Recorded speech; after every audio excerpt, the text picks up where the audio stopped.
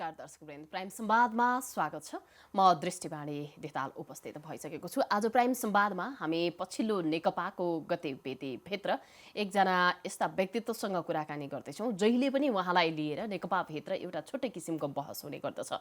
विचारको राजनीति र सिद्धान्तको राजनीतिमा नेकपा लागि पर्न नसकेका कारणले गर्दाखेरि चाहिँ आजको अवस्थासम्म पुगेको हो कि भन्ने खालको उहाँको भनाइका बीचमा पनि यो आकलनलाई, यो भनाइलाई किन नेकपाले बुझ्न सकेन।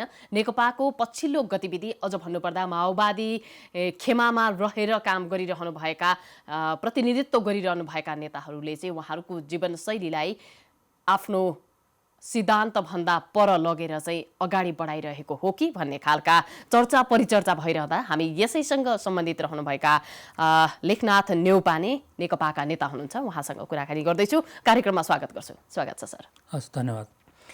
नेकपाभित्रको यो बदलिँदो स्वरूप जुन अहिले पछिल्लो पटक छ, अझ माओवादीको पेरिफेरीमा रहेर कुरा गर्ने हो भनेदेखि त माओवादी अब माओवादी नै रहेन भन्ने खालका कुराहरूमा टीका टिप्पणी हुन थालेका छन्। यहाँको धारणा के छ यसमा? होइन, अब एमालेसँग एकता भइसकेपछि माओवादी त्यसै पनि रहेन, रहने कुरो भएन। दोस्रो, एकता भइसकेपछिको पार्टीको मार्गनिर्देशक सिद्धान्त मार्क्सवाद लेनिनवाद मात्रै हुने, माओवाद चाहिँ नहुने, सामान्य लाज ढाक्नका निम्ति बहसमा लैजाने भन्ने भइसकेपछि माओवादी त्यो कोणबाट पनि रहेन। हजुर। तेस्रो चाहिँ पोलिटिकल कोर्सका हिसाबले जनयुद्ध बहुदलीय प्रतिस्पर्धामा अब आएको भन्ने कि स्खलन भएको भन्ने कि रूपान्तरण भएको भन्ने, त्यो भइसकेपछि पनि माओवाद रहेन। यी तीनटा कोणबाट हेर्ने हो भने माओवादी त कसरी रह्यो त नि, रहेन।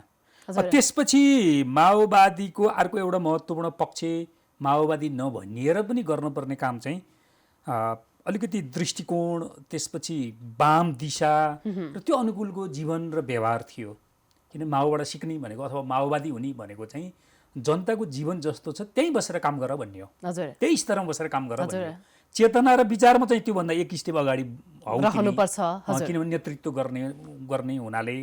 तर जीवन चाहिँ जनताको जस्तै हुनुपर्छ भन्ने माओवादको खास अन्तर्वस्तु मध्येको एउटा हो। त्यो पनि हामीले छोड्यौँ। भनिसकेपछि त माओवाद त कसरी रहेर, माओवादी कसरी रहेर। अनि भनेपछि यत्रो आन्दोलन, त्यसको बलिदानी, त्यो जनताले दिएको मत, होइन, यो सबै कुराको चाहिँ खासै अहिले मूल्याङ्कन भएन। जनताको विषयहरू जसरी उठान हुनुपर्ने थियो त्यसरी हुन सकेन। अब जनताले अपेक्षा के गर्ने सर? यो कतातिर जान्छ? यो माओवादीबाट जनताले जुन किसिमको अपेक्षा गरे, जनतामा जुन किसिमको त्यति बेला चाहिँ एउटा खालको मेरो हक अधिकार चाहिँ मैले नै सुनिश्चित गर्नुपर्छ भन्ने खालका एउटा अपेक्षाहरू जगाइए, ती सबै पुरा गर्छु भनेर चाहिँ एउटा प्रतिबद्धता समेत जगाइयो। मधेस आन्दोलन सुरु भयो, यावत कुराहरू, भित्री कुराहरू यति धेरै अगाडि बढिसकेका थिए, तथापि यति बेला ती कुराहरूलाई लिएर जनता निराश भएको अवस्था छ। अब यसमा केन्द्रीकृत हुन सक्नुपर्छ कि पर्दैन नेताहरूले? अब माओवादीको कुराकानी गर्ने हो भने त्यसलाई दुई भागमा विभाजन गरेर हेर्नुपर्छ। तपाईँले भनेको प्रश्नमा आउनुभन्दा अगाडि हजुर, एउटा चाहिँ माओवादी आन्दोलनको कारणले जनतामा अधिकारका निम्ति, आफ्नो प्रतिनिधित्वका निम्ति निकै ठुलो जागरण पैदा भयो। गाउँ गाउँसम्म, तल्लो लेभलसम्म, एकदमै पिछडिएको समुदायसम्म, एकदम अल्पसङ्ख्यक समुदायसम्म अधिकारको एउटा जागरण चाहिँ, चेतनाको जागरण चाहिँ मजबुत भयो। त्यो माओवादीकै श्रेय हो। त्यसलाई हामीले न्यूनीकरण गर्न मिल्दैन। दोस्रो चाहिँ त्यसैसँग जोडिएको चाहिँ सायद नेपालमा यति सजिलैसँग भनौँ या यो अवधिमा गणतन्त्र स्थापित गरिहाल्ने सम्भावना कति थियो हाम्रो परम्परागत राजनीतिबाट मार्फत मात्रै भन्ने त्यो अर्को पक्ष छ। त्यो माओवादी आन्दोलनको गरेको राजनीतिमा गरेको एउटा ठुलो योगदान थियो। त्योभित्र हामीले संघीयता भन्यौँ, समावेशी समानुपातिक भन्यौँ, धर्मनिरपेक्षता भन्यौँ, यो अर्को राजनीतिक उपलब्धि थियो। यी दुईटा विषयवस्तुहरू ठुल्ठुला उपलब्धि हुँदाहुँदै पनि यसलाई त्यसपछिको यताको दुईटा कारणले हामी विवादमा तानियौँ। एउटा, यो राजनीति परिवर्तन आधारभूत तहका जनताहरूको जीवनसम्म हामीले रूपान्तरण गर्न सकेनौँ। एउटा त्यसकारण हामी विवादमा तानियौँ। सकिएको छैन, जनयुद्धभन्दा अगाडि त्यो वर्ग जहाँ थियो आज चाहिँ नि जनयुद्ध पछाडि र चाहिँ यति बढी लोकप्रिय जनमत प्राप्त गर्दा नि त्यो वर्ग त्यहीँ छ, अझ कमजोर भएको छ, अझ कमजोर भएको छ।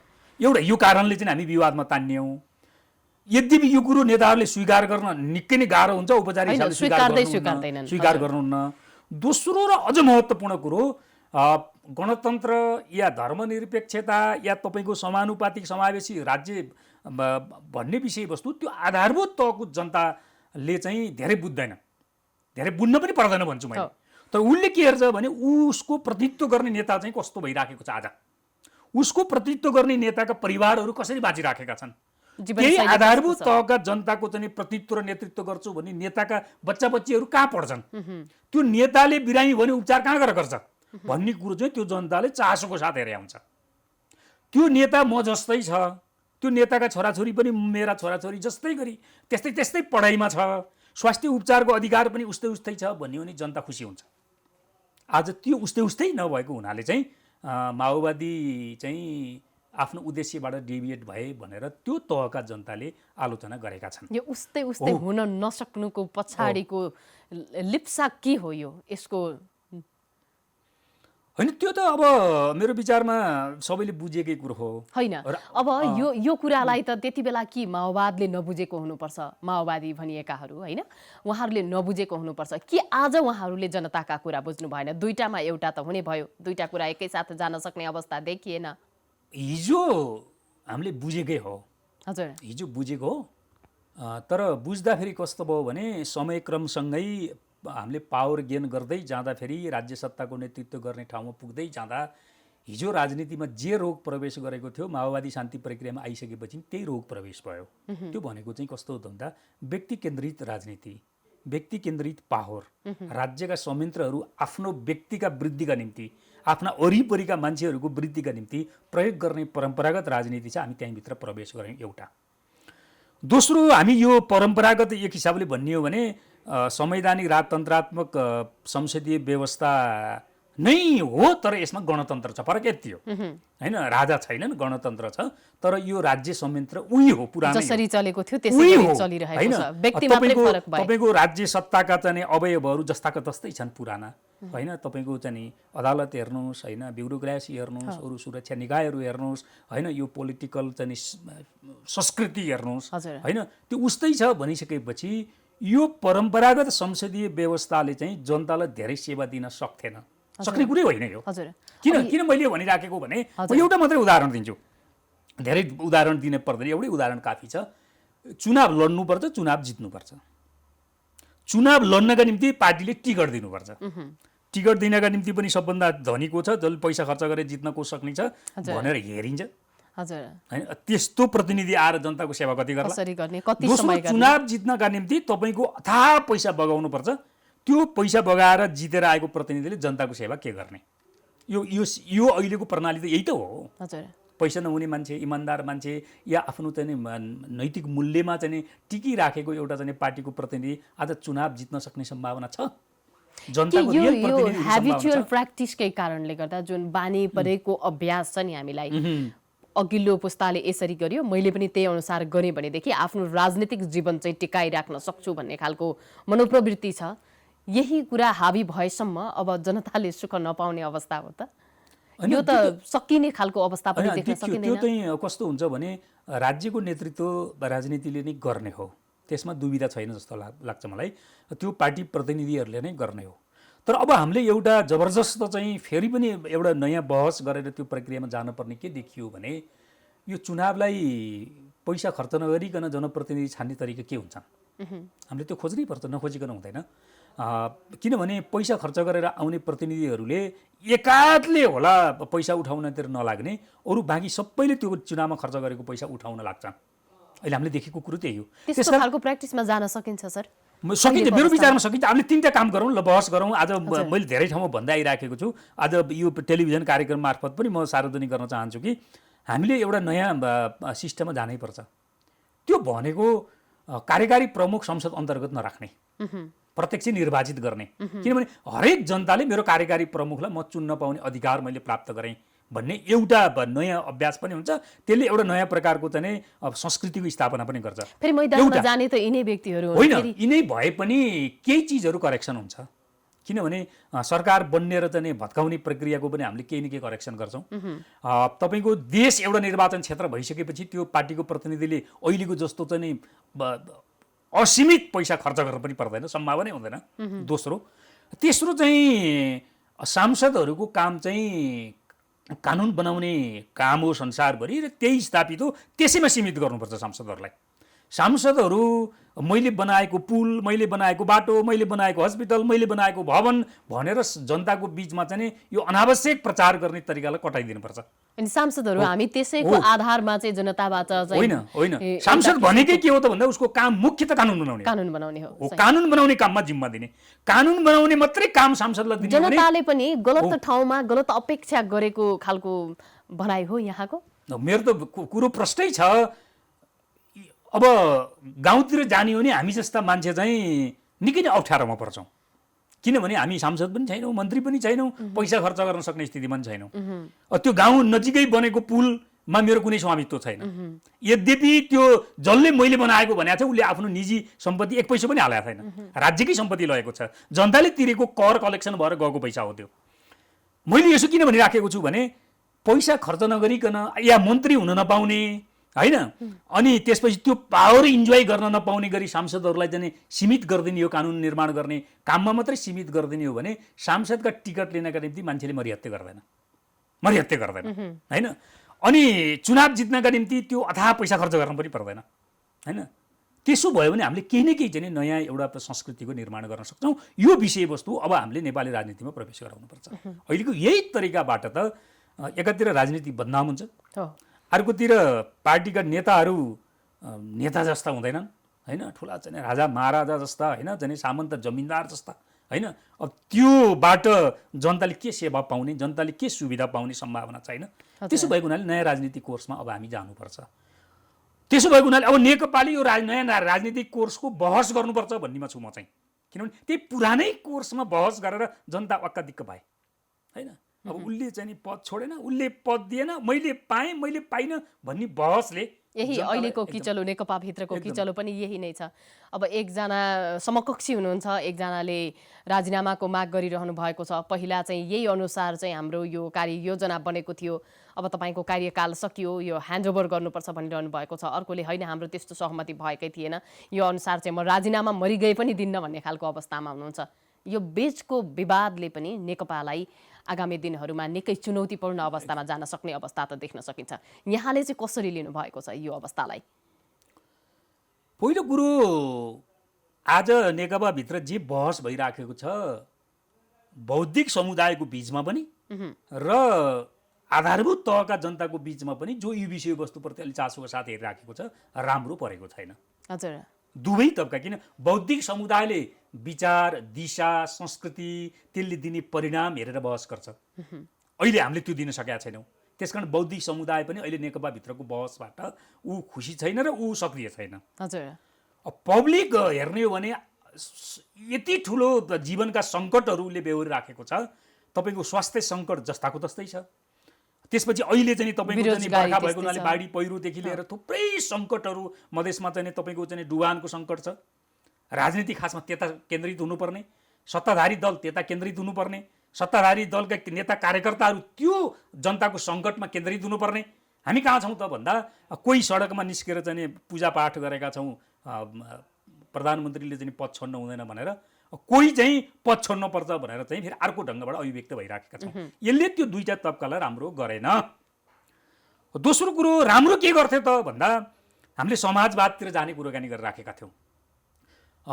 राजनीतिलाई त्यो समाजवादतिर जानका निम्ति सङ्गठनात्मक मोडेल के हो, आर्थिक मोडेल के हो, राजनीतिक प्रणाली के हो, त्यसपछि कार्यकर्ता र चाहिँ नेताहरूको संस्कृति कस्तो हुनुपर्ने हो, त्यो जनतासँगको सम्बन्ध कस्तो हुने हो भन्ने एउटा प्याकेजमा हामीले त्यो बहस गरेको भए मेरो विचारमा यो राजीनामाको विषयवस्तु पेलपाल भइहाल्थ्यो।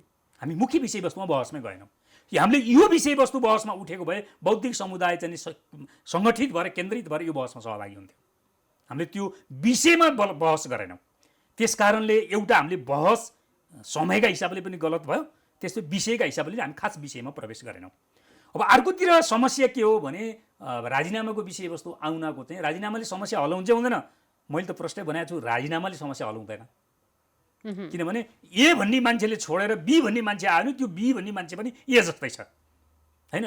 विगतमा टेस्ट भएकै मान्छे छौँ हामी होइन। विगतमा थुप्रैचोटि मन्त्री, उप प्रधानमन्त्री, प्रधानमन्त्री भएकै मान्छे छौँ। उहाँहरूले चाहिँ आफूले जिम्मा पाएको बेलामा छु मन्तर त गरेको देखिएन, खास चाहिँ वाह भन्ने परिणाम आएको पनि देखिएन। उही सरदरै हो। त्यसो भने एउटा सरदर मान्छेलाई हटाएर अर्को सरदर मान्छे आउनुको अर्थ एउटा कोणबाट, अर्को यो संसदीय व्यवस्थामा प्रधानमन्त्री चेन्ज भएर आधारभूत तहका जनताको जीवन चाहिँ परिवर्तन गर्छु भन्ने कुरो नै भ्रमपूर्ण हो। त्यसकारण राजीनामाले समस्या समाधान गर्छ गर्दैन मलाई थाहा छैन। तर योसँग जोडिएको विषयवस्तु चाहिँ सांसद हुने, मन्त्री हुने, प्रधानमन्त्री हुने चाहिँ पार्टीले टिकट दिएर पार्टीको नाममा चुनाव लडेर आउने प्रतिनिधि हो। त्यसो हो भने सांसद, मन्त्री, प्रधानमन्त्री पार्टीको नीतिगत निर्देशनमा चल्न पर्छ पर्दैन भन्ने चाहिँ आजको विषयवस्तु हो। यो चाहिँ महत्त्वपूर्ण विषयवस्तु।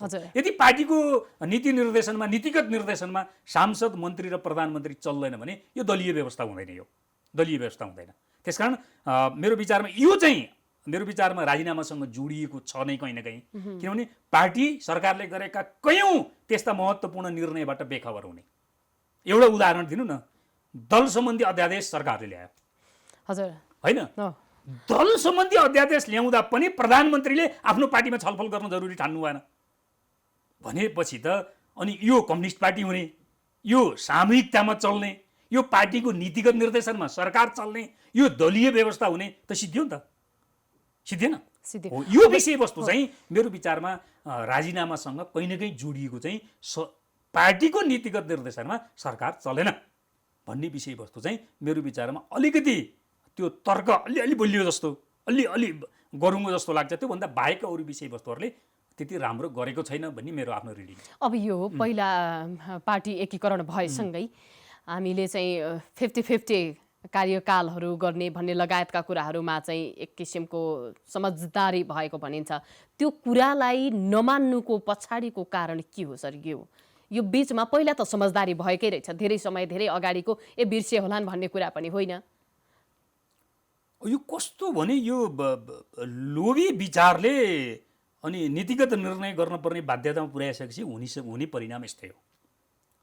सिद्धान्त हराइसकेको हो यो राजनीति गर्ने भन्ने कुरा। सुन्नु न, यति लोभ 2 वर्षपछि 2 वर्ष अगाडि त प्रधानमन्त्री हुने, 2 वर्ष पछाडि अर्को प्रधानमन्त्री हुने भनेर गरेको सम्झौता के हो? त्यो सम्झौतै के हो? सम्झौता त भयो, त्यो कुरो सही छ। सम्झौता अनुसार चल्ने एउटा नैतिकताको प्रश्न पनि हो। त्यो एउटा पक्ष छँदैछ, सम्झौता भएको होइन भन्ने मेरो तर्क होइन। तर त्यो सम्झौतामै चाहिँ नेताहरूलाई कसरी पुर्यायो त? हैन, त्यो सम्झौता गर्नुपर्ने आवश्यकता के हो भन्ने कुरा पनि हामीले मत के भनेर मागेका थियौँ भने राजनीतिक स्थायित्वका निम्ति भनेर पनि मागेका थियौँ हैन। एकातिर शान्ति समृद्धिका कुराहरू हामीले मागेका थियौँ। त्यसो गर्दा हामीले के भन्न पर्थ्यो भने 2 जना लिडरहरू मध्ये एकजनाले पार्टी चलाऊ, एकजनाले सरकार चलाऊ हैन। आखिर समझदारी त त्यहाँ हुनु पर्थ्यो, त्यहाँ जोड हुनु पर्थ्यो। हामीले के गर्थ्यौँ भने दुवैजना पार्टीका अध्यक्ष पनि हुने, दुवैजना पालो प्रधानमन्त्री पनि हुने। यो लोभी तरिका भयो। यो लोभी तरिकाले गर्दा पनि समस्या समाधान भयो एउटा। दोस्रो, सहमति भइसकेपछि त्यसलाई कार्यान्वयन गर्नुपर्छ। सहमति त भएको रहेछ नि त, त्यसलाई कार्यान्वयन किन नगरेको? दोस्रो विषयवस्तु। तेस्रो विषयवस्तु मेरो विचारमा ठ्याक्कै मैले अहिले मिति भन्न सक्छु कि सक्दिनँ। यो विषयवस्तु केही समय अगाडि पनि उठ्यो। उठिसकेपछि फेरि उहाँहरूले एउटा सहमति के गर्नुभयो भने एउटा अध्यक्षले 5 वर्षसम्म चाहिँ तपाईँको सरकारको नेतृत्व गर्ने, अर्को अध्यक्ष चाहिँ कार्यकारी अध्यक्ष हुने। त्यो कार्यकारी भन्ने शब्दमा त्यो सहमति एक हिसाबले विघटन भयो। विघटन गरे हो नि त हैन। तपाईँ 5 वर्ष प्रधानमन्त्री हुने, तपाईँ कार्यकारी चाहिँ अध्यक्ष हुने। अध्यक्ष आफै कार्यकारी हो, फेरि अर्को कार्यकारी भन्ने शब्दावली हालिदिएर उहाँहरूले नै त्यो विषयवस्तुलाई के गर्नु भन्दा डिफ्युज गर्दैन भयो। होइन, यो राजनीति नबुझेको भन्न पनि नमिल्ने यत्रो धेरै राजनीतिक जीवनको छ। झन् प्रचण्डसँग त जनताका समस्यादेखि लिएर जङ्गलमा बिताएका त्यो सङ्घर्षशील यात्राको एउटा गाथा पनि बाँकी छँदैछ, एउटा इतिहास स्वयं हुनुहुन्छ। केपी शर्मा ओलीको पनि अवस्था त्यस्तै छ। बहुमत प्राप्त गर्नुभएको छ जनताबाट। यत्रो धेरै कुराहरू पाइसक्दा पनि जनताप्रति संवेदनशील हुनका लागि चाहिँ अभ्यासै सुरुवात गर्न नसक्ने खालको चित्त हुने, हिजो आज चित्तका निकै धेरै प्रशंसा हुन थालेका छन्, टीका टिप्पणीहरू पनि हुन थालेका छन्। यस्तो किसिमको राजनीतिक मनोभाव भएसम्म देशमा शान्ति समृद्धि आउने खालको कल्पना गर्न सकिने अवस्था त रहेन। अब त्यो देशको जनताको कुरो त्यो अब धेरै टाढाको कुरो भयो है। यति बेला देश सोच्न सकिँदैन यो भन्नका निम्ति भनिदिने कुरो एउटा हो। हजुर।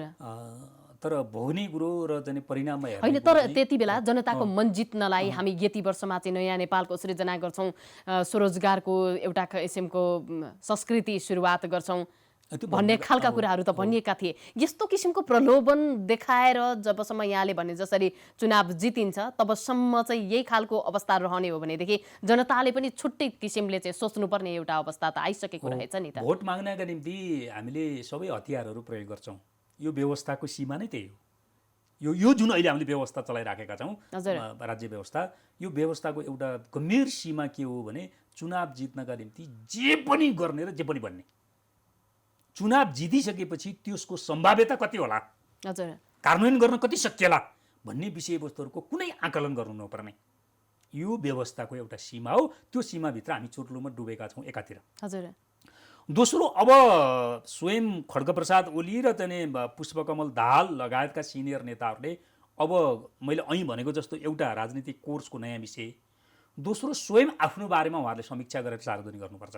त्यो हुन सक्छ, गर्नुपर्छ नगरिकन। किन मैले यसो किन भनेको भने खड्गप्रसाद ओली उमेरका हिसाबले पनि 70 वरिपरि हुनुहुन्छ। हजुर। शारीरिक अवस्थाका हिसाबले पनि उहाँ एकदम गम्भीर प्रकृतिको बिरामी हुनुहुन्छ, एक हिसाबले हिँड्न सक्नुहुन्न। महिनौपछि बालुवाटारभित्रै वाक गर्नुभयो भनेर न्युज पढ्नुपर्ने बाध्यतामा छ। बाध्यताको अवस्था त्यस्तो छ। मैले उहाँको स्वास्थ्यको संवेदनशीलताप्रति टिप्पणी गर्न खोजेको होइन, तर उहाँ कार्यकारी प्रमुख भएको हुनाले मैले टिप्पणी गरेको। हजुर। दोस्रो कार्यकालमा उहाँ प्रधानमन्त्री पनि हुनुहुन्छ। उहाँ एकदमै त्यसो गर्दा उहाँको गर्ने योगदान होइन, उहाँको गतिशीलता, उहाँले दिने परिणामहरू अब छ्याङछ्याङती भयो, यहाँभन्दा अगाडि जाने कुरो होइन, उही समय अवधि कटाउने कुरो, त्यहाँभन्दा बढी केही पनि हुँदैन। अर्को अध्यक्षको कुराकानी गर्ने हो भने पनि उहाँ 2 चोटि प्रधानमन्त्री भइसक्नुभयो, लामो समय पार्टीको प्रमुख हुनुभयो। अरू नेताहरूको पनि अरू नेताहरू पनि क्रमशः हेर्दै जाने हो भने माधव नेपाल पनि प्रधानमन्त्री भइसक्नु भएको छ, लामो समय पार्टी प्रमुख भएर काम गर्नुभयो। हजुर। अब उहाँहरूले के भन्नुपर्छ भने आफ्नो समीक्षा गर्नुपर्छ र प्रस्ताव के गर्नुपर्छ भने पार्टीमा एउटा सदस्य कतिचोटि पार्टी प्रमुख हुने हो, कतिचोटि प्रधानमन्त्री हुने हो, कति उमेरसम्म भइराख्ने हो। हजुर। यो कुरो बहस यो विषय पनि गर्नु पर्यो होइन। जिन्दगीभरि त्यो पदका निम्ति मर्यादा गर्ने, दौडधुप गर्ने होइन, समीकरण बनाउने, समीकरण भत्काउने होइन, कहिले कहाँ मिटिङ गर्ने, कहिले कहाँ चाहिँ मिटिङ गर्ने, यो चाहिँ खेलबाट अब हामी माथि उठ्नु पर्यो, माथि उठ्नु पर्यो। अब मेरो कुरो के छ भने मेरो पालोमा मैले पनि भन्छु, उहाँहरूबाट सुरुवात गर्नु पर्यो कि अब आफ्नो बारेमा आफैले आत्मालोचना गर्नु पर्यो र समीक्षा गर्नु पर्यो। मेरो सीमा यो हुन्, मैले यति गरेँ, अब मैले गर्न सक्दिनँ, अब अर्को पुस्ता तयार भएको छ, अर्को पुस्तालाई नेतृत्व हस्तान्तरण गरेर हामी अभिभावकीय भूमिकामा बस्छौँ। आज कोही नेताले भन्न सक्छ? आज तपाईँको चाहिँ सांसद हारेका चाहिँ नेताहरू, त्यही लेभलका नेताहरू कसरी सांसद बन्ने भनेर चाहिँ चोर बाटो खोजिराख्नु भएको छ। कति लोप लागो होइन, कतिचोटि हुने हो सांसद, कति उमेरसम्म हुने हो सांसद, अरू कार्यकर्ताहरूको योगदानले यो पार्टी बनेको हो कि होइन? ती कार्यकर्ताहरूले चाहिँ तपाईँको चाहिँ पाउने अवसर कहिले हो? यसमा त छलफलै हुँदैन। जब यसमा छलफल हुँदैन त्यसपछि यी समस्याहरू गुटमुटी राख्छन्। किनभने मलाई पदमा पुग्नुपर्छ, मलाई जसरी पनि कार्यकारी हुनुपर्छ, मलाई जसरी पनि सांसद मन्त्री हुनुपर्छ, त्यहाँबाट मैले पावर इन्जोय गर्नुपर्छ भन्ने जो मानसिकता छ हामीमा सङ्गठित भएको छ, यो रहुन्जेलसम्म यो खेल, यो प्रक्रिया, यो बहस या विवाद टुङ्गिँदैन। अब हामी कार्यक्रमको एकदमै अन्त्यमा आइसकेका छौँ। संक्षेपमा अब नेकपाको किचलो सम्हालिनका लागि कस्तो किसिमको अभ्यास अब सुरुवात गर्नु पर्ला? हुन त हामीले गरेका बहसहरू सम्बन्धित निकायमा पुग्ने र त्यसले उथलपुथल हुन सक्ने अवस्था देख्न सकिँदैन। उहाँहरू आफै जानकार हुनुहुन्छ। उहाँहरूलाई यो विषयलाई चाहिँ यसरी लग्दाखेरि मेरो राजनीतिक अवस्था सुध्रिने, मेरो कुर्सी बच्ने भन्दा अरू हुँदैन भन्ने थाहा छ। तथापि हामीले अभ्यास चाहिँ कस्तो किसिमको गर्न सक्नुपर्छ? एकदम छोटोमा कुराकानी गर्दा सबै नेताहरूले कमिटी प्रणालीमा विश्वास गर्नु पर्यो। हजुर। किनभने कमिटी प्रणाली भन्दा बाहिरबाट म चल्छु भन्ने हो भने हामी कम्युनिस्ट त हुँदैनौँ, वाम पनि हुँदैनौँ। हजुर। हामी जमिनदार हुन्छौँ। हामी जमिनदारै हुन खोजेको हो भने यो कम्युनिस्ट किन हुनु पर्यो, गणतन्त्र किन आउनु पर्यो? पार्टी बनाए भयो। हजुर। त्यही सबै नेताहरूले चाहे त्यो केन्द्रीय समिति होस्, चाहे केन्द्रीय समितिका विभिन्न सचिवालय र थायी समिति हुन्, कमिटीभित्रबाट समस्या समाधान गर्ने कोसिस गर्नुपर्छ। त्यही हो कम्युनिस्ट संस्कृति भनेको। त्यहाँभन्दा बाहिरबाट सम्भव छैन, पहिलो कुरो।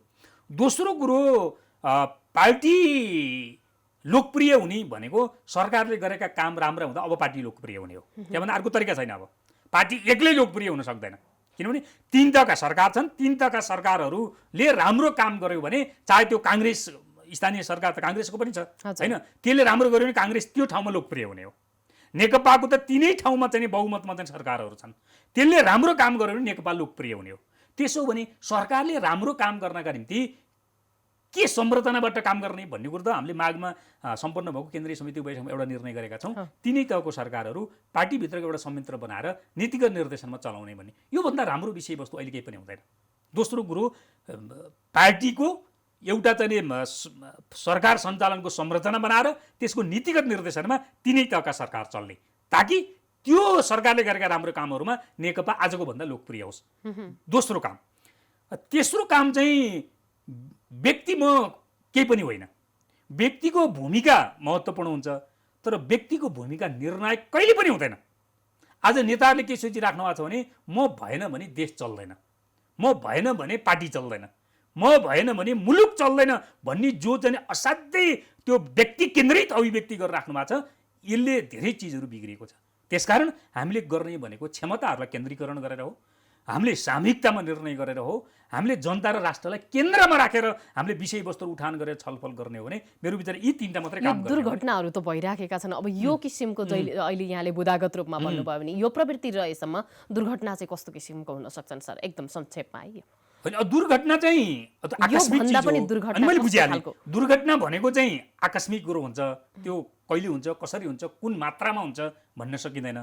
तर यो प्रतिस्पर्धात्मक राजनीतिमा पोलिटिकल कोर्स सिफ्ट गर्नु पर्यो कि यो बाटोमा अर्कै पोलिटिकल कोर्सको ड्राइभ गर्छु, त्यसकारण मैले चाहिँ दुर्घटना निम्त्याउँछु भन्ने आँट गर्न पर्यो। जसरी हामीले 52 सालमा गरेका थियौँ, हामीले त पोलिटिकल कोर्स सिफ्ट गरेको हो नि त, होइन कि? त्यसरी नै पोलिटिकल कोर्स सिफ्ट गर्नका निम्ति पार्टी विभाजन गर्नका निम्ति तयार हुनु पर्यो। होइन, पोलिटिकल कोर्स चाहिँ एउटै हुने, चुनाव जनताको बिचमा जाने, चुनाव लड्ने, जिते बहुमत ल्याए सरकार बनाउने, बहुमत ल्याउन सकिएन भने प्रतिपक्षमा बस्ने, होइन हङ पार्लियामेन्ट बन्यो भने सांसद किन्ने, चाहिँ अब गडरुबुडु बाँड्ने, मन्त्री पद बाँड्ने, होइन अब अथाह चाहिँ मन्त्रीमण्डल बनाउने सङ्ख्याको, त्यसरी भए पनि चाहिँ सरकार बनाउने भन्ने पोलिटिकल कोर्स हो भने त यो पार्टी किन फुट्नु पर्यो, किन दुर्घटना हुनु पर्यो? जरुरी छैन नि। हो, त्यसो भएको हुनाले अब म नेतालाई भने तपाईँले पार्टी विभाजन गर्ने हो भने पोलिटिकल कोर्स सिफ्ट गर्ने योजना ल्याउनुहोस्, अर्को राजनीति चाहिँ कोर्समा जाउँ, ठिक छ, गरौँ। होइन, यही हो, चुनावै हो, होइन अब यही हो चाहिँ तपाईँको चाहिँ भने किन फुट्नु पर्यो? फुट्नु परेन नि, जरुरी छैन, मिलेर जाँदा भयो, मिलेर जाँदा हुन्छ। धन्यवाद कार्यक्रममा आएर आफ्ना विचारहरू राखिदिनु भएको। हस्, धन्यवाद। दर्शकवृन्द, यहाँलाई पनि धेरै धेरै धन्यवाद कार्यक्रम हेरिदिनु भएकोमा। बिदा हुन्छौँ, नमस्कार।